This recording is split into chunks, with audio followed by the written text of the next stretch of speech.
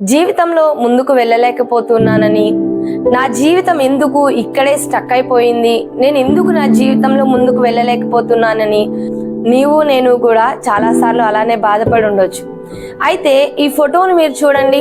ఈ ఫోటోలో గనక మనం గమనించినట్లయితే ఒక స్నేల్ నత్త షార్ప్ గా ఉన్నటువంటి ఒక బ్లేడ్ మీద ఉంది.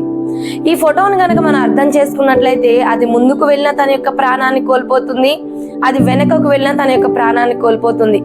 ఎవరో ఒకరు తను ఉన్నటువంటి ఆ ప్లేస్ లో నుండి ఆ స్నేల్ ని తీసి కింద పెట్టినట్లయితే అప్పుడు అది తన యొక్క లైఫ్ ని పొందుకోగలుగుతుంది.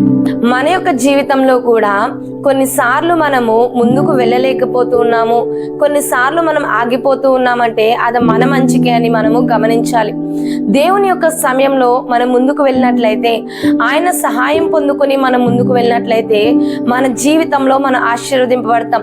అలా కాదు అని ఆయన సమయం రాకముందే, ఆయన యొక్క చిత్తం లేకముందే, ఆయన యొక్క సహాయం పొందుకోకుండానే, ఆయన తోడు మనకి లేకుండానే మన యొక్క జీవితాల్లో మనం ముందుకు కొనసాగినట్లయితే, ఆ షార్ప్ గా ఉన్నటువంటి బ్లేడ్ మీద నత్త ముందుకు వెళ్ళినట్లయితే ఎలా అయితే తన ప్రాణాన్ని కోల్పోతుందో మన జీవితాన్ని కూడా మనం కొన్నిసార్లు కోల్పోయే వారిగా ఉంటూ ఉంటాం.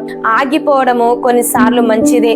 ఎప్పటి వరకు అనంటే ఆయన సమయం వచ్చేంత వరకు, దేవుడు తన యొక్క చిత్తాన్ని మన జీవితంలో బయలుపరిచేంత వరకు మనం ఆగిపోవడము మంచిదే. నమ్మితే ఆమేన్ చెప్పండి.